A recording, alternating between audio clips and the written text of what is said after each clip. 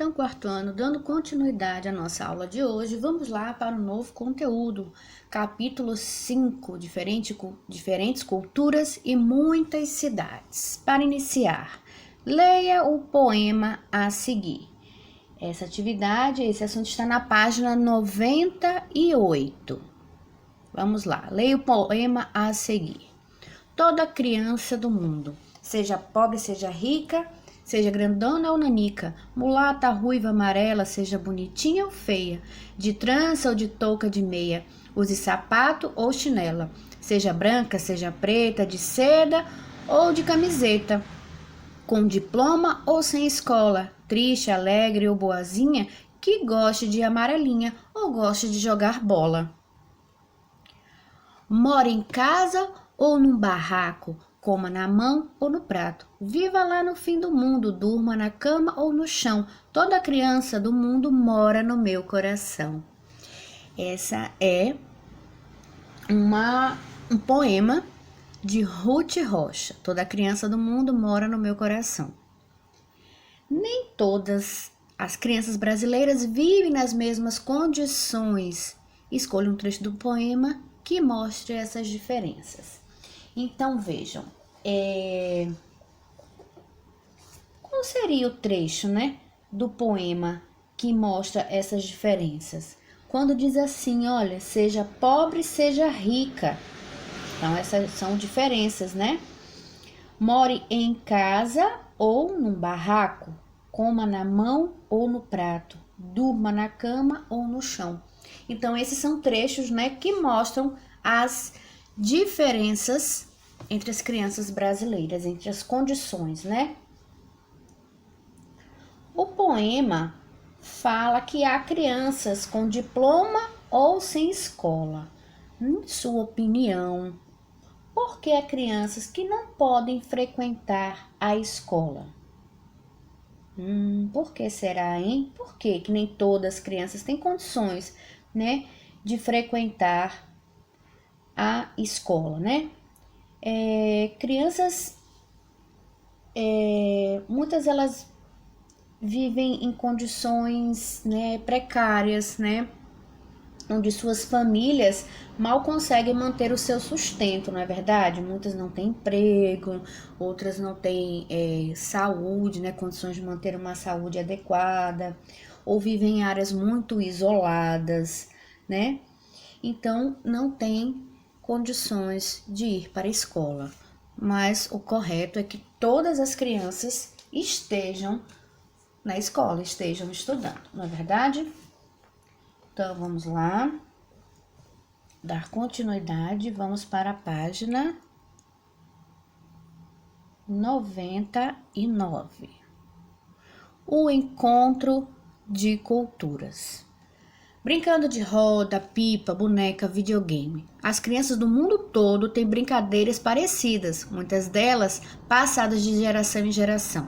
Algumas brincadeiras vêm da tradição folclórica e da cultura de cada país. Então, às vezes as brincadeiras são até parecidas, mas vai depender da região do país, onde elas moram. Depende da cultura de cada região, A cultura brasileira é muito diversificada, quer dizer, ela é muito diferente, muito rica, pois recebeu influências de povos de diferentes origens. Possuímos costumes e tradições que herdamos de nossos antepassados, mas uma das características mais importantes do povo brasileiro é a presença da língua portuguesa. Apesar de o português ser a língua oficial do Brasil, algumas línguas indígenas se tornaram cooficiais em alguns municípios brasileiros, como em São Gabriel da Cachoeira, no estado do Amazonas. O que quer dizer isso? Cooficiais. É porque tem a língua brasileira como a oficial, a primeira, e existem algumas linguagens que eles falam entre eles, ali na comunidade deles, na região deles, certo? Que é o caso das línguas indígenas, que eles ainda mantêm viva a cultura indígena, os seus costumes, certo? Então, cooficial é porque como se fosse a linguagem secundária, a segunda linguagem oficial deles. No Brasil, há uma diversidade enorme de línguas indígenas não oficializadas. Leia o texto a seguir. Mas antes, vamos observar essa imagem ao lado, ó. Algumas brincadeiras são populares em todo o país, mas podem ter nomes diferentes de acordo com o lugar onde a criança vive. A pipa, por exemplo, também recebe o nome de papagaio, quadrado, raia, pandorga, curica, entre outras. Vocês, como é que vocês conhecem esse brinquedo aí, né? Eu conheço como pipa. Vocês, como é que chamam? Pergunta pro papai, pra mamãe ou pra vovó, como é que eles conhecem esse brinquedo, né? Língua dos povos indígenas. Por muito tempo, pensou-se que todos os povos indígenas falavam a mesma língua. O que é muito importante sabermos é que não existe uma única língua falada por todos os povos tradicionais. No Brasil, hoje são faladas aproximadamente 180 línguas indígenas. A gente pensa assim, porque é índio, todos os índios falam iguais, né? Mas nós já vimos que existem várias tribos, né, em diferentes regiões brasileiras. Então, existem várias línguas indígenas, certo? Alguns povos, além da língua materna, quer dizer, aquela primeira língua que é aprendida, né, falam o português. Deixa a moto passar. Falam o português e outras também sabem falar a língua de povos vizinhos. Observe um pouco da diversidade das línguas dos povos nativos. Então, nós temos aqui a língua portuguesa. Então, nós temos aí água, animal, terra e sol. Então, os carajás, olha aí, na língua carajá, olha como é que se fala água, bé. Na caritianã, S. E na língua cuiucuru-tunga. Então, vejam, vocês observem aqui, ó, animal, como é falado em cada língua, tá vendo? Terra e sol, né? Fica até difícil de pronunciar, né? Porque as junções dos sons, né? Das sílabas, a formação das sílabas é bem diferente da nossa língua portuguesa, né? A estrutura da língua deles é bem diferente da nossa. Então, vamos lá.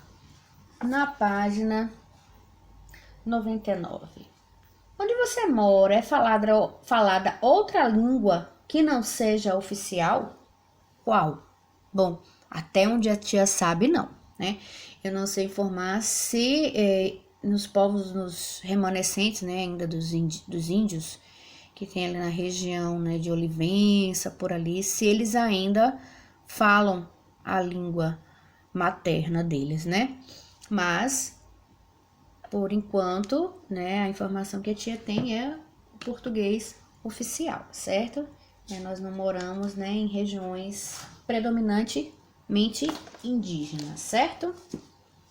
Vamos lá. Na página 100 tem atividade, tá bom? A tia vai falar aqui, vai estar na agenda, mas é bom que vocês marquem para não ficar com dúvida do que é para ser respondido, tá bom? Como a gente fazia na sala, né? Que a tia já ia dizendo o que vocês teriam que responder em casa, tá? Os 3 principais grupos étnicos que influenciaram a formação do povo brasileiro são os indígenas, os brancos e os negros. Isso nós já estudamos, né? Os brancos representados pelos portugueses, né? Mais tarde, grupos de imigrantes, como japoneses e italianos, também influenciaram uma parte da nossa cultura. Nós também já estudamos bastante isso, né? Indígenas. Muitas palavras da língua portuguesa têm origem indígena, como arara, maracujá, itajubá e tietê. Dos indígenas, também herdamos hábitos como tomar banho todos os dias, dormir em redes e comer mandioca, que é o nosso aipim, certo? Nós conhecemos aqui como aipim, na nossa região, né? Em alguns lugares é a macaxeira, certo? Leia o texto a seguir. Os índios são todos iguais? Apesar das semelhanças que podemos notar entre vários povos indígenas, quando eles se comparam entre si, reconhecem suas diferenças, pois prestam atenção nas particularidades de cada grupo. Cada povo indígena possui tradições culturais próprias, isto é, tem uma história particular, além de possuir práticas e conhecimentos únicos. Então, da mesma maneira que a gente acha assim que os índios são todos iguais, por exemplo, alguém que venha lá da Alemanha ou dos Estados Unidos, quando fala assim, o povo brasileiro acha que todo mundo é igual, porque fala português, é igual. Mas imagina, o Brasil é um país tão grande, né, e ele é dividido em 5 regiões, cada região tem a sua cultura, né, tem um sotaque diferente, tem expressões populares diferentes, né, e às vezes até dentro de uma mesma região, vamos dizer, região Nordeste, que é uma região muito grande, a questão cultural, né, da maneira de falar, de se comunicar é muito diferente. Tem a cultura maranhense, é diferente, né, do folclore da cultura baiana, né, do alagoano, do sergipano, do pernambucano. E vejam, todos esses estados ficam dentro de uma mesma região, né? E há diferença, né? Mas só que nós sabemos dessas diferenças, né? Mas às vezes quem está de fora acha que todos nós somos iguais, né? Assim nós também temos essa visão às vezes, né, dos índios, né, que são todos iguais, têm os mesmos costumes, né, a mesma língua, e isso não ocorre, né? Então, aí essa letra A e letra B, que tem um balãozinho de diálogo, vocês irão responder no caderno. Vai estar escrito lá na agenda explicando, tá? Mas aí vocês já marcam aí que é para responder no caderno. Comente algumas diferenças entre os povos indígenas. Letra B, é correto afirmar que os povos indígenas vivem apenas nas florestas? Por quê? Nós já estudamos essa questão, né? Dos índios que não vivem só nas florestas e nas tribos, né? Vamos lá para o Saiba Mais. Vamos brincar com as crianças do povo Calapalo de Mato Grosso? Nome do jogo: Cuputiçu. Aí fica até difícil de pronunciar. Neste jogo de resistência e equilíbrio, o corredor deve correr em um pé só e não pode trocar o pé. Sobre uma linha de uns 100 metros, riscada na terra, o início e o fim do percurso. Se o jogador conseguir ultrapassar a meta, ele é um vencedor. Mas se parar antes de chegar, ele ainda não está preparado. Mas caso nenhum participante chegue, o vencedor será aquele que chegou mais próximo da linha de chegada. Vejam, nós temos jogos parecidos, né? Vejam, até os indígenas nós temos brincadeiras parecidas, né? Quem sabe algumas brincadeiras que nós brincamos, né? O que vocês brincam, venham também da cultura indígena, né? Seja uma herança também da cultura indígena. Brancos. Falamos sobre os índios, vamos falar agora um pouquinho sobre os brancos. Os brancos que mais influenciaram a formação do povo brasileiro foram os portugueses. Nós já sabemos disso, né? No nosso dia a dia, a influência portuguesa está evidente na língua oficial do Brasil, que é o português, na religião católica, na alimentação, no folclore brasileiro, nas cantigas de roda, entre outros. Leia o trecho da canção a seguir. Pindorama, Pindorama, é o Brasil antes de Cabral. Pindorama, Pindorama, é tão longe de Portugal, fica além, muito além. Do encontro do mar com o céu, fica além, muito além. Dos domínios de Dom Manuel, Pindorama, Pindorama, mas os índios já estavam aqui. Então, canções curiosas de Sandra Pérez, né, e de Luiz Tatiti. Pindorama, intérprete, palavra cantada. Então, vocês vão responder aí essa primeira questão. Procure no dicionário o significado da palavra pindorama e converse com seus colegas. Vocês vão só procurar o significado e anotar. Vocês vão responder no caderno essa questão, tá bom? E vão responder também a segunda questão. Apresente 3 influências dos portugueses na formação do povo brasileiro. Isso aí vocês já sabem responder, mas se quiserem podem pesquisar também, tá bom? Vamos lá para mais um Saiba Mais. Vamos brincar com as crianças portuguesas? Nome da brincadeira, Passa-Anel. Quem já brincou de Passa-Anel? Eu já brinquei muito na minha infância. Para brincar, todas as crianças ficam em roda, com uma criança no meio. As crianças da roda esticam um longo barbante por dentro de um anel que vai passando de mão em mão. Enquanto isso, cantam chora mané, sem deixar que a criança do meio da roda veja com quem está o anel. Quando a cantiga para, a criança que está no meio da roda deve adivinhar com quem está o anel. Depois é a vez de outra criança. Eu já brinquei, mas não com esse barbante, não com essa corda, né? A gente fecha a mãozinha, põe um anel e vai passando, abre assim devagarinho, vai colocando, vai jogando o anel dentro da mão do colega que está ao lado, né? Mas sem deixar que o que está no meio perceba onde está o anel. Vejam que é um pouquinho diferente, né? É bem parecida, né? Mas tem uma diferençazinha, tá vendo? É de influência portuguesa, né? Dos brancos, essa brincadeira do passa-anel. Vamos falar agora sobre os negros.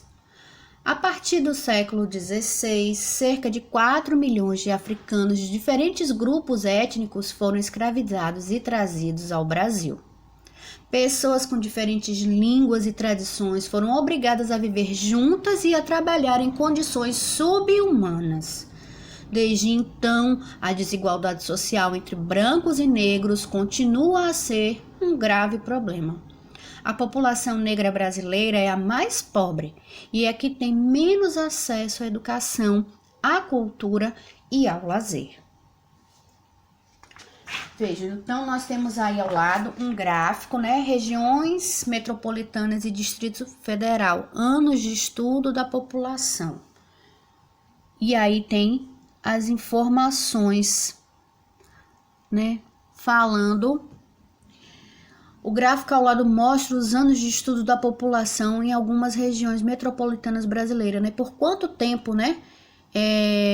Eles estudam. Então, nós temos em laranja negros e em rosa, nesse tom rosado, não negros. Então, vejam, quanto tempo de estudo, né? Cada um tem. Às vezes, alguns concluem, outros desistem no meio do caminho, né? Então, a letra A e a letra B, aí da página 102, vocês irão responder, pra gente corrigir na próxima aula, tá bom? Comparando os anos de 2001 e 2011, houve aumento dos anos de estudos da população negra? Aí vocês vão observar aí no gráfico. Em 2011, onde a população negra teve mais anos de estudo, aí vocês vão observar quais foram as cidades, tá? Onde eles tiveram mais anos de estudo, aí no ano de 2011, ok? É só observar direitinho, olhar o gráfico que vocês vão encontrar as respostas, tá bom? Vamos lá para mais um Saiba Mais, muito interessante. Vamos brincar com as crianças iorubás que vieram para o Brasil? Nome do brinquedo, bonecas Abayomi. Para acalentar seus filhos durante as terríveis viagens entre África e Brasil, as mães africanas rasgavam retalhos de suas saias e criavam pequenas bonecas feitas de tranças ou nós, que serviam como amuleto de proteção. As bonecas, símbolo de resistência, ficaram conhecidas como Abayomi, termo que significa encontro precioso em Iorubá, que é uma língua africana, tá bom? As bonecas e abayomis são negras e feitas de sobras de tecido, que são amarrados, resgatando a forma mais singela de do fazer artesanal, sem uso de costuras e o mínimo de ferramentas. Então, durante aquelas viagens, né, nos navios negreiros, as crianças não tinham o que fazer, muito tristes, né? Viagem longa, muito cansativa, não tinham alimento. E o que elas iam fazer ali? As suas mães, né, com seu grande coração, elas rasgavam suas saias e com os retalhos elas iam dobrando, fazendo nós e criavam bonecas de maneira bem artesanal, sem costura, né, sem ferramentas. E essas bonecas acalentavam essas crianças, né, e depois ficavam como um amuleto, né. E a tia deixou como sugestão de atividade um vídeo com a história das bonecas Abayomi. Assistam, é muito legal, não deixem de assistir, tá bom? Vamos lá para a página 103. As influências culturais recebidas dos povos indígenas, africanos e europeus, que eram os portugueses, né, criaram, com o passar do tempo, uma população mestiça e pluricultural. O que é mestiço? Tem ao lado aí, ó, que é descendente de pessoas de grupos étnicos diferentes, dessa mistura, né, de etnias, certo? Pluricultural, que é formado por várias culturas, que é o nosso caso, né? Os imigrantes que vieram da Europa, da Ásia e de outros países do continente americano também contribuíram para a formação do povo brasileiro. Muitas vezes as pessoas migram por motivos relacionados ao contexto social, político e econômico dos países que vivem, né? Vai depender se naquele país não existe boas condições ou se existem guerras, conflitos, né? Vai depender, né, do contexto social de cada país, certo? Então, vocês irão responder aí a primeira questão, tem um diagrama, né, um caça-palavras, né? Encontre no diagrama o nome dos principais grupos de imigrantes que vieram para o Brasil, principalmente a partir de 1850. Essa questão vocês sabem, né? Nós já estudamos, então vocês vão procurar aí. Eu ia dar uma dica, mas não vou dar não. Tá muito fácil, não precisa de dica não. Tenho certeza que vocês vão encontrar rapidinho. A segunda questão, vocês também irão responder. Tem um balãozinho de diálogo, mas vocês vão responder e vamos corrigir na próxima aula, tá bom? Na sua sala de aula, no estado em que você mora, há outras nacionalidades que não foram indicadas no diagrama? Quais? Se tiver, vocês vão dizer aí quais foram, né? Quais são, né? E se não tiver, tudo bem. Se a sua aula com só, não, ok? Terceira questão, vocês vão responder somente a letra A. Não precisa responder a letra B, tá? Tá lá especificado na agenda, mas é bom reforçar, né? Muitos imigrantes ainda vêm para o Brasil. Observe o gráfico. Então, nós temos aí número de imigrantes por 1000, né? Contando por 1000. E nós temos aí os imigrantes, ó, Haiti, de onde vem, né? Haiti, Bolívia, Colômbia, Argentina, China, Portugal, Paraguai, Estados Unidos, Uruguai e Peru. Então, na letra A temos, consulte o mapa e o gráfico e anote o nome de 2 países de imigrantes que não são vizinhos do Brasil. Vocês vão observar aí e vão dizer aí quais são desses países que estão citados aí no gráfico que não são vizinhos do Brasil, certo? E vocês não precisam responder a questão B, ok? Comentamos na próxima aula. Então, essa foi a nossa aula de hoje, aula de geografia. Façam as atividades com atenção, com capricho, veja o que é para responder no caderno, o que pode ser respondido no livro, tá tudo explicadinho lá na agenda, tá bom? E na próxima aula faremos a correção. Fiquem todos bem, um beijão da tia Pri e até a próxima aula.